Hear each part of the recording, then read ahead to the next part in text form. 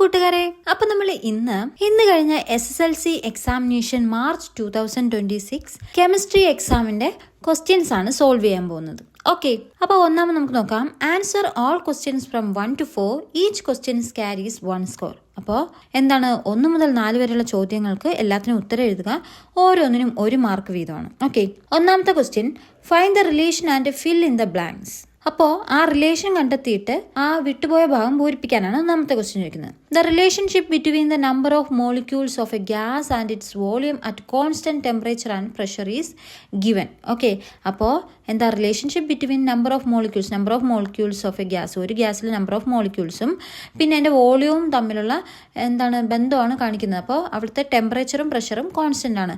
അപ്പോൾ ഇത് നമുക്കറിയാം ഏത് നിയമമാണെന്ന്. ഇത് നമ്മൾ അവഗാഡ്രോ ലോയിൽ പഠിച്ചിട്ടുണ്ട്. അപ്പോൾ ഇതിന്റെ ആൻസർ എന്ന് പറയുന്നത് ഓപ്ഷൻ ബി x/4 ആണ് ശരിയായിട്ടുള്ള ഉത്തരം. ഓക്കെ, ഇനി രണ്ടാമത്തെ question, Assertion A. When electricity is passed through an aqueous solution of sodium chloride, sodium is obtained at the cathode. അപ്പോൾ electricity pass through an aqueous solution of sodium chloride. അപ്പോൾ sodium ക്ലോറൈഡിൻ്റെ aqueous സൊല്യൂഷനിൽ നമ്മൾ electricity കടത്തിവിടുവാണ്. അങ്ങനെയാണെങ്കിൽ sodium is obtained at cathode. ശരിയാണോ? ഇല്ല. കാരണം എന്താണ്, electricity pass ചെയ്യുമ്പം സോഡിയം ക്ലോറൈഡിലെ ഹൈഡ്രജൻ ഗ്യാസ് ആണ് കാഥോഡിലോട്ട് ചെയ്യുന്നത്. അപ്പോൾ കാഥോഡിൽ എത്തുന്നത് സോഡിയം അല്ല. അപ്പോൾ അസേഷൻ എ തെറ്റാണ്. ഓക്കെ, അടുത്ത reason are, the reduction tendency of Na+ is higher than that of H2O. അപ്പോൾ പറയാണ് റിഡക്ഷൻ ടെൻഡൻസി ഓഫ് Na+ എന്താണ്, H2O ഹയർ ആണെന്നാണ് പറയുന്നത്. അത് ശരിയാണോ? അല്ല.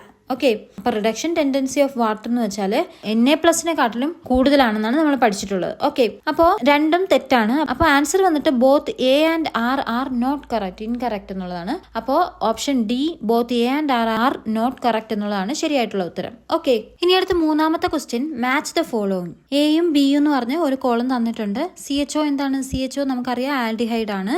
OR എന്താണ്? ഈതർ ആണ്, നമ്മൾ ഇന്നലെ പഠിച്ചു. ഓക്കെ, OH ആൽക്കഹോൾ, അതായത് ഹൈഡ്രോക്സിൽ. ഓക്കെ, അപ്പോൾ answer option C X2 Y1 Z4. Okay, ഇനി അടുത്ത നാലാമത്തെ question, some statements related to the manufacture of aluminium are given. അലുമിനിയത്തിന്റെ മാനുഫാക്ചറിന്റെ കുറച്ച് പ്രസ്താവനകളാണ് അവിടെ തന്നിട്ടുള്ളത്. അപ്പൊ അതിൽ കറക്റ്റ് ആയിട്ടുള്ള ഏതെന്നാണ് ചോദിച്ചിരിക്കുന്നത്. അപ്പൊ അതിന്റെ ആൻസർ ബി ആണ്. Statement 1 and 2 are correct, but 3 is not correct. Okay, ഇനി അടുത്ത അഞ്ചാമത്തെ question, observe the picture and the questions given below. Okay, അപ്പോൾ ഇത് ടെക്സ്റ്റ് ബുക്കിൽ ഈ പിക്ചർ ഉണ്ട്. അപ്പോൾ ഈ പിക്ചർ നോക്കുക. എന്നിട്ട് എന്താണ്, കോട്ടൺ ഡിപ്ഡ് ഇൻ HCl തന്നിട്ടുണ്ട്, cotton dipped in ammonia solution തന്നിട്ടുണ്ട്. അപ്പോൾ ഇവിടെ തിക്ക് വൈറ്റ് ഫോം ഉണ്ടാവുമല്ലോ. അപ്പോൾ A question, which substance is responsible for the thick white fumes. അപ്പോൾ ഈ തിക്ക് വൈറ്റ് ഫ്യൂംസിന് കാരണം ഉത്തരവാദി ആരെന്നാണ് ചോദിക്കുന്നത്. അതാരാണ്? ആൻസർ അമോണിയം ക്ലോറൈഡ് ആണ്, NH4Cl ആണ് ശരിയായിട്ടുള്ള ഉത്തരം. ഇനി B question, write the chemical equation of formation of this substance. അപ്പോൾ ഈ അമോണിയം ക്ലോറൈഡ് ഫോം ചെയ്യുന്ന ആ ഒരു കെമിക്കൽ ഇക്വേഷൻ എഴുതാനാണ് പറയുന്നത്. അപ്പോൾ NH3 gas plus HCl gas gives NH4Cl salt. Okay, അപ്പോൾ അതാണ് അവിടെ എഴുതിയ, മാർക്ക് കിട്ടും. ഓക്കെ, ഇനി അടുത്ത ആറാമത്തെ question, 2 activities are given. 2 activities തന്നിട്ടുണ്ട്. Ag silver rod is dipped in zinc sulphate സൊല്യൂഷനും Fe rod is dipped in copper sulfate solution. Okay, a question, in which of these solutions does the displacement reaction take place? അപ്പോൾ displacement reaction അറിയാലോ നമുക്ക്. കുറച്ച് ഒരു മോളിക്യൂളോ atom കോമ്പൗണ്ടോ ഇവിടെ നിന്ന് മാറി അടുത്ത അതിനെ റീപ്ലേസ് ചെയ്യുന്നത് വേറൊരു ആറ്റം കോമ്പൗണ്ട് കൊണ്ട്, ആറ്റം അല്ലെങ്കിൽ കോമ്പൗണ്ട് കൊണ്ട് റീപ്ലേസ് ആവുന്നത്. അപ്പോൾ അങ്ങനെ വരുന്നത് ഇവിടെ ഏതാണെന്ന് ചോദിച്ചാൽ ഏതാണ്? റിയാക്ഷൻ 2 ആണ് അവിടെ ശരിയായിട്ടുള്ള ഉത്തരം. B question, which metal undergoes oxidation in the above reaction. അപ്പോൾ ഈ മുകളിൽ തന്നിരിക്കുന്ന റിയാക്ഷനിൽ ഓക്സിഡേഷൻ നടക്കുന്ന ഏതാണെന്നാണ്. ഓക്കെ, അപ്പോൾ ആൻസർ അയൺ, Fe ആണ് ശരിയായിട്ടുള്ള ഉത്തരം. ഓക്കെ, ഇനി അടുത്ത് നമുക്ക് ഏഴാമത്തെ ക്വസ്റ്റ്യൻ നോക്കാം. Zinc blende ZnS is an ore of zinc. സിങ്കിന്റെ ഓർ ആണിത്. Okay, A question, which is the concentration method suitable for zinc blende. അപ്പോൾ നമ്മൾ കുറേ മെത്തേഡ് പഠിച്ചിട്ടുണ്ടായിരുന്നു അല്ലേ, ഫ്ലോട്ടേഷൻ അങ്ങനെയൊക്കെ കുറേ മെത്തേഡ് പഠിച്ചിട്ടുണ്ട്. അപ്പോൾ അതിൽ ഏത് മെത്തേഡാണ് ഇതിന് അനുയോജ്യമായിട്ടുള്ളതാണ് ചോദ്യം.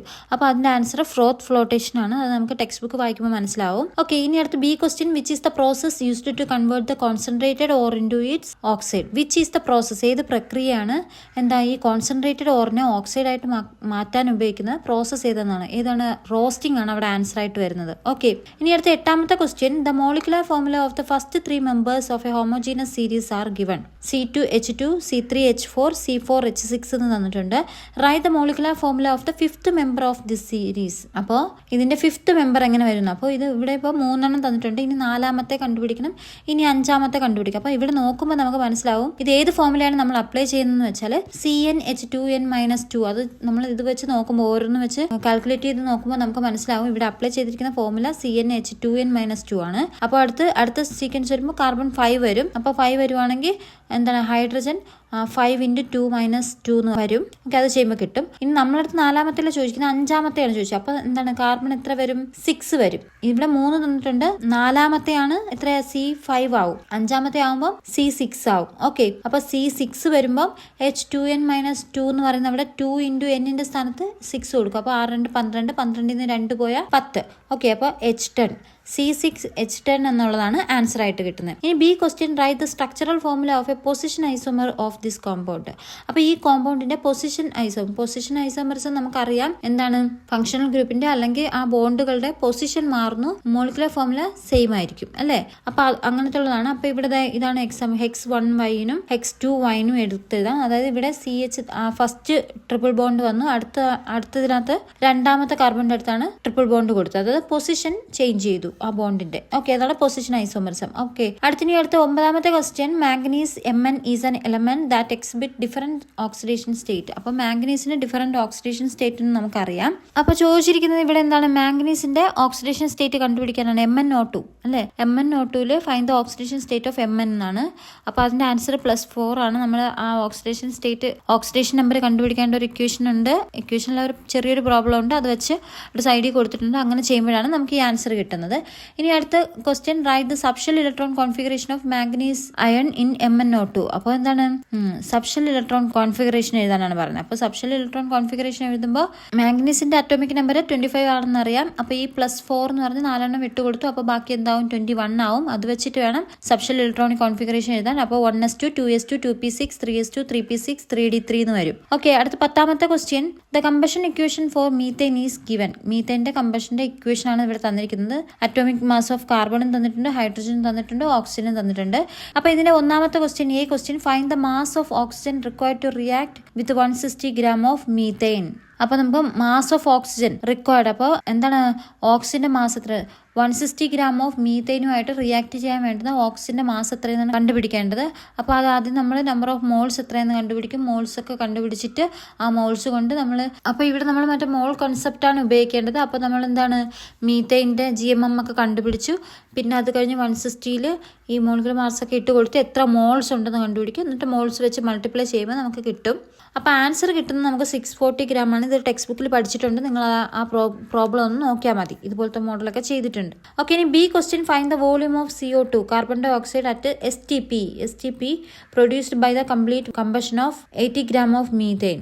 ഓക്കെ, അപ്പോൾ ഇവിടെ കണ്ടുപിടിക്കേണ്ടത് volume of CO2 carbon dioxide from 80 gram methane എന്നാണ്. ഓക്കെ, അപ്പോൾ 80 gram മീത്തേൻ കംപ്ലീറ്റ് ആയിട്ട് കമ്പഷൻ നടക്കുമ്പോൾ എത്ര വോളിയം കാർബൺ ഡൈ ഓക്സൈഡ് ഉണ്ടാവുന്നതാണ്. അപ്പോൾ അതിന് വേണ്ടിയിട്ട് നമ്മൾ ആദ്യം മോൾസ് കണ്ടുപിടിക്കണം. ഇവിടെയും മോൾസ് കണ്ടുപിടിക്കണം. എന്നിട്ട് മോൾസിന് നമ്മൾ വോളിയം STPയിൽ നമുക്കറിയാം 22.4 കൊണ്ട് മൾട്ടിപ്ലൈ ചെയ്യണം. അപ്പോൾ നമ്പർ ഓഫ് മോൾസ് 5 കിട്ടും. ആ 5 കൊണ്ട് 5 × 22.4 ചെയ്യുമ്പോഴത്തേക്കും നമുക്ക് 112 ലിറ്ററിന് കിട്ടും വോളിയത്തിൻ്റെ യൂണിറ്റ്. ഓക്കെ, അപ്പോൾ ഇതും ടെക്സ്റ്റ് ബുക്കിൽ തന്നിട്ടുള്ള പ്രോബ്ലം ആണ്, അത് ഈസി ആയിരുന്നു. ഓക്കെ, ഇനി അടുത്ത് ഓർ ക്വസ്റ്റ്യൻ. അതിന് തന്നെ ഓർ ക്വസ്റ്റ്യൻ, ഇത് അറിഞ്ഞൂടാത്തവർക്ക് ഓർ ക്വസ്റ്റ്യൻ എഴുതായിരുന്നു. B question, the volume of a sample of NH3 ammonia gas at STP is 89.6 litre. അപ്പോൾ എന്താണ് NH3 അമോണിയയുടെ വോളിയം തന്നിട്ടുണ്ട്. STPയിൽ സ്റ്റാൻഡേർഡ് ടെമ്പറേച്ചർ പ്രഷറിൽ 89.6 ലിറ്റർ തന്നിട്ടുണ്ട്. പിന്നെ അറ്റോമിക് മാസ് ഓഫ് നൈട്രജനും ഹൈഡ്രജനും തന്നിട്ടുണ്ട്. A question, calculate the mass of NH3 sample. അപ്പോൾ NH3 സാമ്പിളിന്റെ മാസ് കാൽക്കുലേറ്റ് ചെയ്യാനാണ് പറയുന്നത്.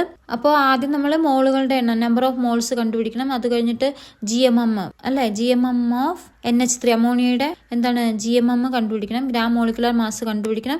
അത് കഴിഞ്ഞിട്ട് നമുക്ക് മാസ് കണ്ടുപിടിക്കണം. ഓക്കെ, അപ്പോൾ അങ്ങനെ നമുക്ക് ചെയ്യുമ്പോൾ, അതായത് കിട്ടിയ അതിന് നമ്പർ ഓഫ് മോൾസിനെ എന്താണ് ഈ GMM വെച്ച് മൾട്ടിപ്ലൈ ചെയ്യുമ്പോൾ നമുക്ക് കിട്ടും ആൻസർ എത്ര, 68 gram എന്ന് പറഞ്ഞ് കിട്ടും. അത് ടെക്സ്റ്റ് ബുക്കിൽ മോഡൽ തന്നിട്ടുണ്ട്, പ്രോബ്ലം ഒക്കെ തന്നിട്ടുണ്ട്. ആ പ്രോബ്ലം ചെയ്തിട്ടുള്ളവർക്ക് ഈസി ആയിട്ട് സ്കോർ ചെയ്യാൻ പറ്റും. ഓക്കെ, ഇനി B question, how many molecules R present in the sample. അപ്പോൾ മോളിക്യൂൾസ് കണ്ടുപിടിക്കാൻ നമ്മൾ എപ്പോഴും പറഞ്ഞിട്ടുണ്ട്. എന്താണ് മോളിക്യൂൾസ് കണ്ടുപിടിക്കുമ്പോൾ നമ്മൾ നമ്പർ ഓഫ് മോൾസ് കണ്ടുപിടിച്ചിട്ട് എന്താണ് അതിനെ എത്ര കൊണ്ടാ 6.022 × 10⁻23 കൊണ്ട് മൾട്ടിപ്ലൈ ചെയ്യണം. അപ്പോൾ ഇവിടെ നമ്പർ ഓഫ് മോൾസ് നേരത്തെ കേസിൽ കിട്ടിയായിരുന്നു 4 മോൾസ് എന്നാണ് ചെയ്യുമ്പോൾ കിട്ടുന്നത്.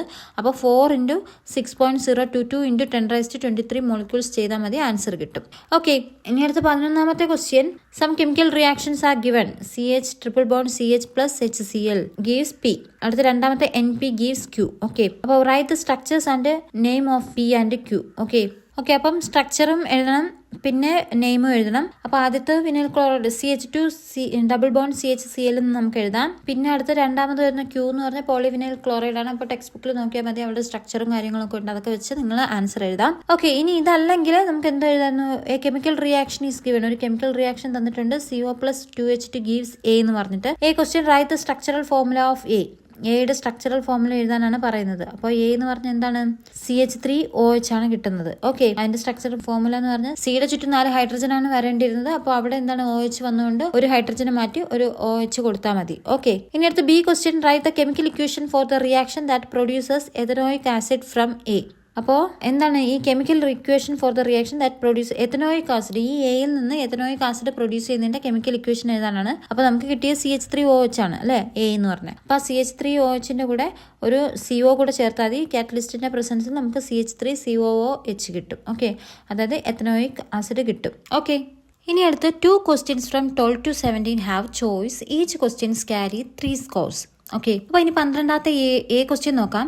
The last 2 electron of the element P belonging to the third period are filled in the S subshell. The symbol is not real. അപ്പോൾ ഇവിടെ പറയുന്നത് the last 2 electrons of element P എന്ന് പറഞ്ഞൊരു ഇലമെന്റ് ഉണ്ട്, അതിന്റെ ലാസ്റ്റ് 2 ഇലക്ട്രോൺസ് തേർഡ് പീരീഡിലാണെന്ന് പറയുന്നു. അപ്പോൾ 3ാമത്തെ പീരീഡിലാണ് filled in the S subshell. അപ്പോൾ 3ാമത്തെ പീരീഡിലും S സബ്ഷെല്ലും. അപ്പോൾ S സബ്ഷെല്ലിൽ 2 എണ്ണം. അപ്പോൾ S2 എന്ന് എഴുതാം. 3ാമത്തെ പീരീഡ് ആയതുകൊണ്ട് 3s2 എന്ന് എഴുതാം. ഓക്കെ, അപ്പോൾ 3s2 എന്ന് കിട്ടും. വാട്ട് ഈസ് എ ക്വസ്റ്റ്യൻ ഇതാണ്, what is the atomic number of this element? അപ്പോൾ ഈ ഇലമെന്റിന്റെ അറ്റോമിക് നമ്പർ എത്രയെന്നാണ് ചോദിക്കുന്നത്. അപ്പോൾ നമുക്ക് അറിയാം അവസാനത്തത് 3s2ലാണ്. അപ്പോൾ അതിന് തൊട്ട് മുമ്പുള്ള നമുക്ക് 3s2 കിട്ടുന്ന വരെ എഴുതി നോക്കണം. 1s2 2s2 2p6 3s2. Okay, ഇനി ഇതിനെ മുകളിലത്തുള്ള ആ നമ്പേഴ്സ് ഡിജിറ്റ് എല്ലാം കൂട്ടി നോക്കി 2 + 2 + 6 + 2 ചെയ്യുമ്പോൾ നമുക്ക് 12 കിട്ടും. അപ്പോൾ അങ്ങനെയാണ് അറ്റോമിക് നമ്പർ കിട്ടും. അറ്റോമിക് നമ്പർ 12 എന്ന് എഴുതും. ഓക്കെ, ഇനി ബി ക്വസ്റ്റ്യൻ ചോദിക്കുന്നത് right the chemical formula of the oxide of this element. അപ്പോൾ ഈ ഇലമെന്റിന്റെ കെമിക്കൽ ഫോർമുല എഴുതാനാണ് പറയുന്നത്. കെമിക്കൽ ഫോർമുല ഇവിടെ PO എന്നാണ് വരുന്നത്. അതായത് ഗ്രൂപ്പ് 2ലായിരിക്കും. S2 എന്ന് പറയുമ്പോൾ ഗ്രൂപ്പ് 2ലാണ്. അപ്പോൾ ഗ്രൂപ്പ് 2 എന്ന് പറയുമ്പോൾ അതിന്റെ വാലൻസി എത്രയായിരിക്കും? 2 ആണ്. അപ്പോൾ ഇനി അടുത്ത് ഓക്സിജന്റെ കേസ് നോക്കിയാൽ ഓക്സിജനും അതുപോലെ എന്താണ്, ഓക്സിജനും വാലൻസി 2 ആണ്. അപ്പോൾ നമുക്ക് ഇവിടെ ഇങ്ങനെ എഴുതാം, PO എന്നായിരിക്കും അവിടുത്തെ ഫോർമുല എഴുതേണ്ടത്. ഓക്കെ, ഇനി അടുത്ത് C question write the subshell electronic configuration of the element in the 4th period belonging to the same group. അപ്പോൾ ഈ സെയിം ഗ്രൂപ്പ് തന്നെയാണ് 4th പീരീഡ്. ഓക്കെ, അപ്പോൾ 4th പീരീഡ് എന്ന് പറയുമ്പോൾ നമുക്ക് ഗ്രൂപ്പ് എന്ന് പറയുമ്പോൾ S2ൽ അവസാനിക്കും അല്ലേ. S2ൽ നേരത്തെ 3 ആയിരുന്നു. 3 ആയപ്പോൾ 3s2 എന്ന് എഴുതിയപ്പോൾ തേർഡ് പീരീഡ്. അപ്പോൾ ഇവിടെ എന്തായിരിക്കും? S2 ആണ്. അപ്പോൾ ഇവിടെ 4ാമത്തെ പീരീഡ് ആയതുകൊണ്ട് 4s2 എന്ന് എഴുതാം. അപ്പോൾ 4s2 ആണ് ലാസ്റ്റ് വരുന്നത്. അപ്പോൾ അതിന് തൊട്ട് മുമ്പുള്ള എല്ലാം എഴുതിയാൽ മതി. അപ്പോൾ ഏതുവരെ എഴുതും? 1s2 2s2 2p6 3s2 3p6 4s2. അപ്പോൾ അതുവരെ അങ്ങ് എഴുതിയാൽ മതി. സബ്ഷെൽ ഇലക്ട്രോണിക് കോൺഫിഗറേഷൻ കിട്ടും. ഓക്കെ, അപ്പോൾ ഇത് എഴുതാൻ അറിയാത്തവർക്കായിരുന്നെങ്കിൽ ബി ക്വസ്റ്റ്യൻ ഉണ്ട്. The position of 2 elements in the periodic table is given. അപ്പോൾ പീരിയോഡിക് ടേബിൾ 2 എലമെന്റ്സിന്റെ പൊസിഷൻ തന്നിട്ടുണ്ട്. എന്താണ്? സിമ്പിൾസ് ആർ നോട്ട് റിയൽ, അത് നമുക്കറിയാം. Element P = period 2 group 16. 2ാമത്തെ പീരീഡും എന്താണ് 16ാമത്തെ ഗ്രൂപ്പുമാണ്. എലമെന്റ് Q വന്നിട്ട് 3ാമത്തെ പീരീഡും 1ാമത്തെ ഗ്രൂപ്പുമാണ്. ഓക്കെ, അങ്ങനെയാണെങ്കിൽ A write the N and L values of the outer most subshell of Q containing electrons.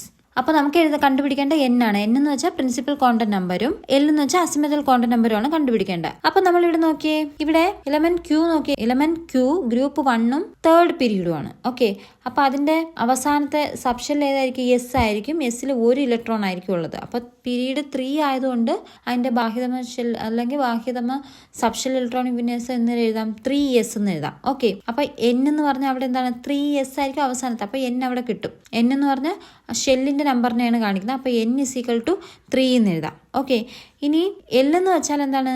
Asymmetric quantum number, അത് സബ്ഷെല്ലിനെയാണ് സൂചിപ്പിക്കുന്നത്. അപ്പം എസ് സബ്ഷെല്ലിന്റെ എൽ എത്രയാണെന്ന് നമുക്കറിയാം, നേരത്തെ ടെക്സ്റ്റ് വഴി പഠിച്ചിട്ടുണ്ട്. എൽ 0 ആണ്. അപ്പോൾ നമുക്ക് എങ്ങനെ എഴുതാം? n=3 എന്നും l=0 എന്നും എഴുതാം. ഇനി അടുത്ത് B question, how many orbitals will be present in the subshell containing the outer most electron of P? Okay, അപ്പോൾ ഹൗ മെനി ഓർബിറ്റൽസ്, എത്ര orbitals will be present in the subshell containing the outer most electron of P?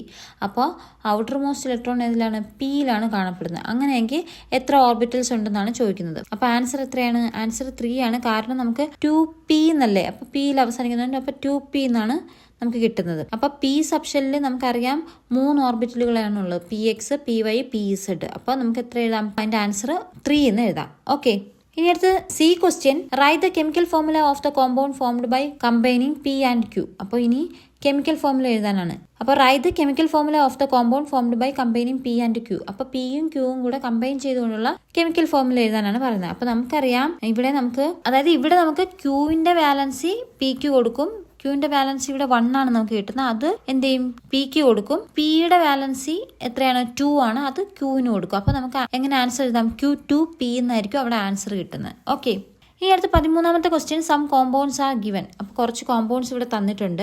അപ്പോൾ അതിൽ A question, choose an ester from this. അപ്പോൾ ഇവിടെ നിന്ന് ഒരു ester തിരഞ്ഞെടുക്കാനാണ് ചോദിച്ചിരിക്കുന്നത്. അപ്പോൾ നമുക്ക് ഇവിടെ നിന്ന് ഏതായിരിക്കും answer? CH3, CH2, CH2, COO, CH2, CH3 എന്നുള്ളതാണ് അവിടുത്തെ എസ്റ്റർ. അപ്പോൾ അതെടുത്ത് എഴുതി മാർക്ക് കിട്ടും, 1 മാർക്ക് കിട്ടും. ഇനി B question, write the IUPAC name of the acid and alcohol that must be reacted to prepare this ester. അപ്പോൾ ഈ എസ്റ്ററിന് തയ്യാറാക്കാനുള്ള ആസിഡും ആൽക്കലി നമുക്കറിയാം. COയുടെ അപ്പുറത്തും ഇപ്പുറത്തും നോക്കിയാൽ മതി. എന്താണ്? COO ചേർത്ത് COO വരെ എങ്ങനെയാണ്?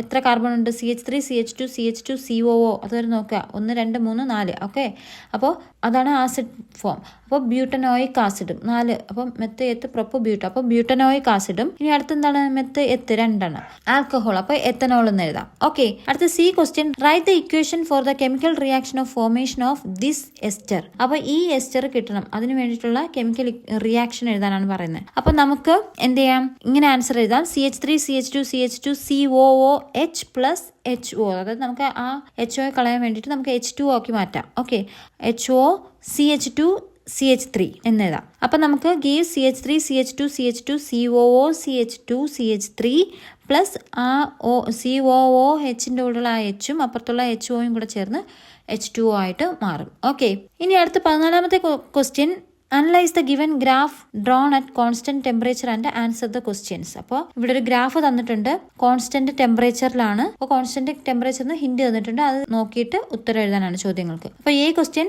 State the gas law associated with this graph. അപ്പോൾ ഈ ഗ്രാഫുമായിട്ട് ബന്ധപ്പെട്ട് കിടക്കുന്ന ഗ്യാസ് ലോ എന്ന് ഏതെന്നാണ് ചോദിക്കുന്നത്. അതാണ് കോൺസ്റ്റന്റ് ടെമ്പറേച്ചർ. അപ്പോൾ നമുക്കറിയാം ഏതാണ്? ബോയിൽസ് ലോ ആണെന്ന് എഴുതാം. ഇനി അടുത്ത B question, the volume of a given mass of gas at a pressure 2 atm is 450 litre. അപ്പോൾ volume of a given mass of gas at pressure. അപ്പോൾ പ്രഷർ തന്നിട്ടുണ്ട് P തന്നിട്ടുണ്ട് 2 atm 450 ലിറ്റർ എന്ന് പറഞ്ഞ് വോളിയം തന്നിട്ടുണ്ട്.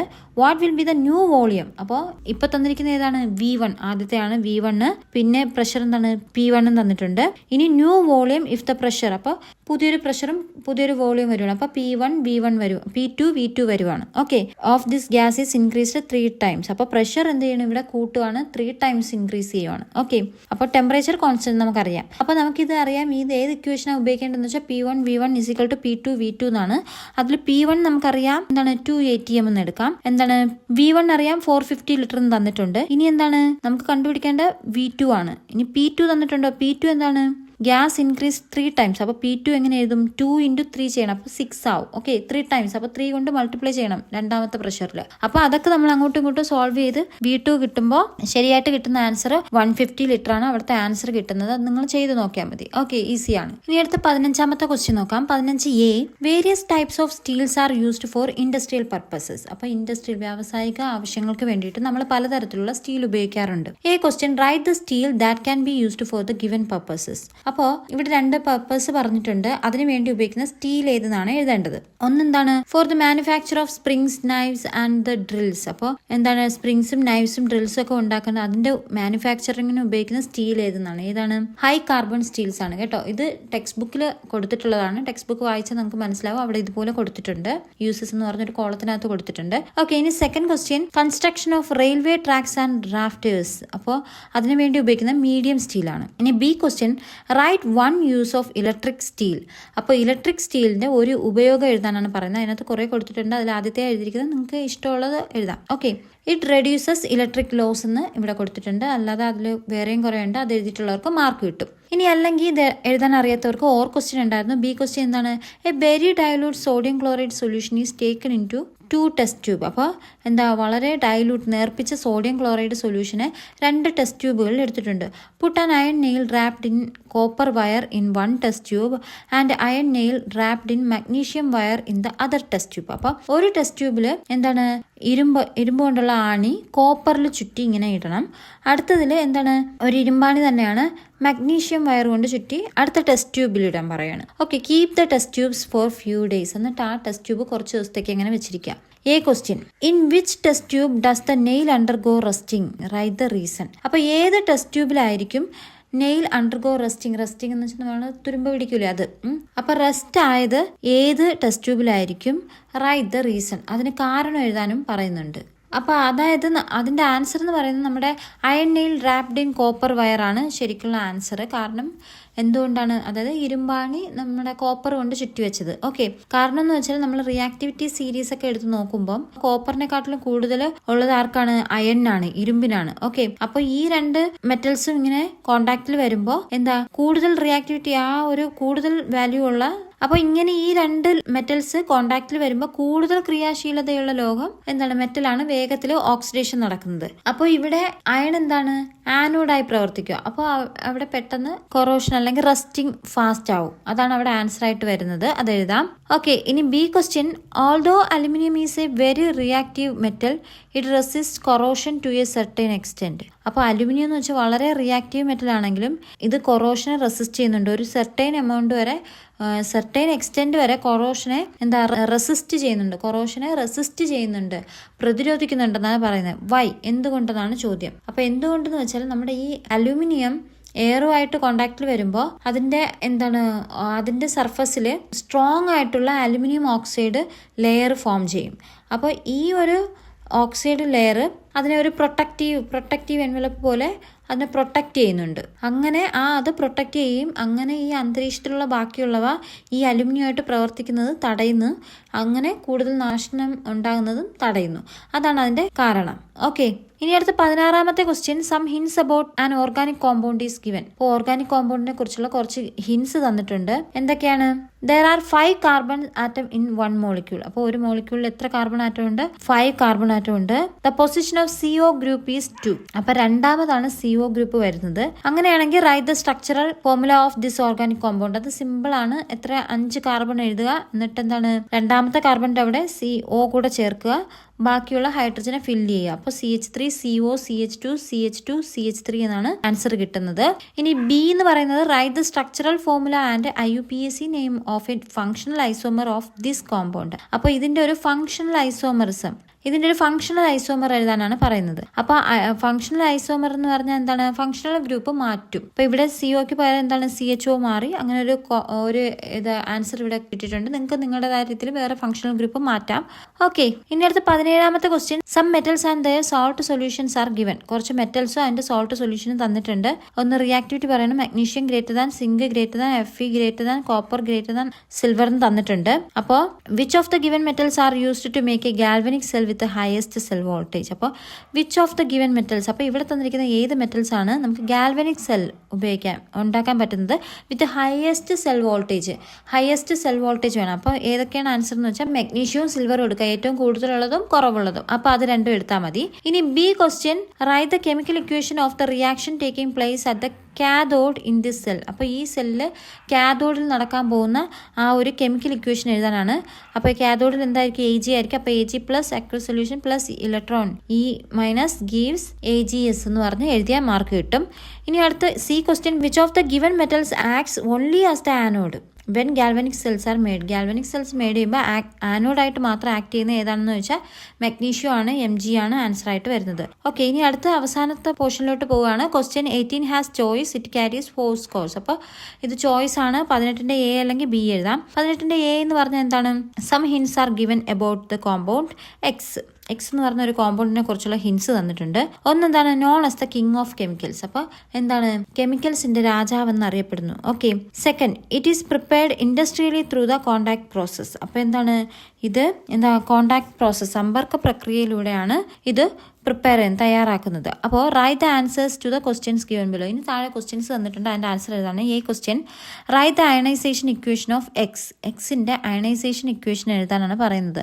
അപ്പോൾ നമുക്കറിയാം കിങ് ഓഫ് കെമിക്കൽസ് അറിയാം, സൾഫ്യൂരിക് ആസിഡ് ആണ്. അപ്പോൾ അതിൻ്റെ അയണൈസേഷൻ ഇക്വേഷൻ എങ്ങനെ H2SO4 gives 2H plus SO4 2- എന്ന് എഴുതിയ ആൻസർ കിട്ടും, മാർക്ക് കിട്ടും. Okay, B question, write the name of the acid formed when X react with NaCl. അപ്പോൾ ഈ സൾഫ്യൂരിക് ആസിഡ് സോഡിയം ക്ലോറൈഡുമായിട്ട് ചെയ്യുമ്പോൾ കിട്ടുന്ന ആസിഡ് ഏതാണെന്ന്. അപ്പോൾ H2SO4 Hഉം NaCl Clഉം കൂടെ ചേർന്ന് HCl ആണ് അവിടെ ആൻസർ ആയിട്ട് കിട്ടുന്നത്. ഇനി C question, what is the nature of the salt formed when X react with ammonium hydroxide. അപ്പോൾ ഈ X അമോണിയം ഹൈഡ്രോക്സൈഡ് ആയിട്ട് റിയാക്ട് ചെയ്യുമ്പോൾ ഫോം ചെയ്യുന്ന സോൾട്ട് ഏതാണ്, സോൾട്ടിന്റെ പ്രകൃതം എന്താണെന്നാണ് ചോദിക്കുന്നത്. Right the reason. അപ്പോൾ എന്താണ്, അസിഡിക് സോൾട്ട് ആണ് അവിടെ വരുന്നത്. അപ്പോൾ നമുക്ക് റീസൺ ഇങ്ങനെ എഴുതാം. സൾഫ്യൂരിക് ആസിഡ് ഒരു സ്ട്രോങ് ആസിഡും NH4OH അമോണിയം ഹൈഡ്രോക്സൈഡ് എന്ന് പറഞ്ഞ ഒരു വീക്ക് ബേസും ആണ്. അപ്പോൾ salt formed from A strong acid and weak base will be acidic in nature. നമ്മൾ പഠിച്ചിട്ടുണ്ട്. അതായത് സ്ട്രോങ് ആസിഡും വീക്ക് ബേസും കൂടെ ഫോം ചെയ്യുന്നത് അസിഡിക് ഇൻ നേച്ചർ ആയിരിക്കും, അതുകൊണ്ടാണ്. ഓക്കെ, ഇനി B question, the chemical formula of A calcium chloride is CaCl2. അപ്പോൾ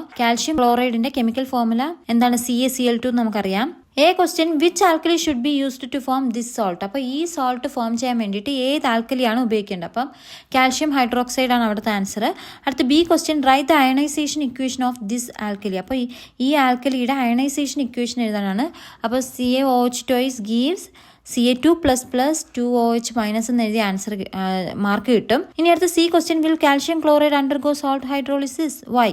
അപ്പോൾ ഈ കാൽഷ്യം ക്ലോറൈഡ് സോൾട്ട് ഹൈഡ്രോളിസിസിൽ നടക്കുമോ എന്നാണ്. അപ്പോൾ ഇല്ല എന്നുള്ള ആൻസർ, നോ എന്ന് കരുതുക. ബിക്കോസ് എന്താണ്, it is A neutral salt. അപ്പോൾ എന്താണ്, കാൽഷ്യം ക്ലോറൈഡ് ഒരു ന്യൂട്രൽ സോൾട്ട് ആയതുകൊണ്ട് ഇങ്ങനെ നടക്കില്ല എന്ന് പറഞ്ഞ് എഴുതിയിട്ടുണ്ടെങ്കിൽ നിങ്ങൾക്ക് ശരി ഉത്തരത്തിന് മാർക്ക് കിട്ടും. ഓക്കെ, അപ്പോൾ ഇത്രയാണ് നമ്മുടെ 10ാം ക്ലാസ്സിൽ ഇന്ന് ചോദിച്ച കെമിസ്ട്രി ക്വസ്റ്റ്യൻ പേപ്പറും അതിന്റെ ക്വസ്റ്റ്യൻസും ആൻസർ കീയും. അപ്പോൾ നിങ്ങൾക്ക് ഈ വീഡിയോ യൂസ്ഫുൾ ആയിട്ടുണ്ടെങ്കിൽ, വീഡിയോ ഇഷ്ടപ്പെട്ടിട്ടുണ്ടെങ്കിൽ വീഡിയോ ലൈക്ക് ചെയ്യാനും ചാനൽ സബ്സ്ക്രൈബ് ചെയ്യാനും പിന്നെ നിങ്ങളുടെ വിലയേറിയ അഭിപ്രായങ്ങൾ കമന്റായിട്ട് രേഖപ്പെടുത്താനും മറക്കണ്ട. അപ്പോൾ അടുത്ത വീഡിയോയിൽ വീണ്ടും കാണുന്നവരേക്കും this is me Deepa Jarvi signing of.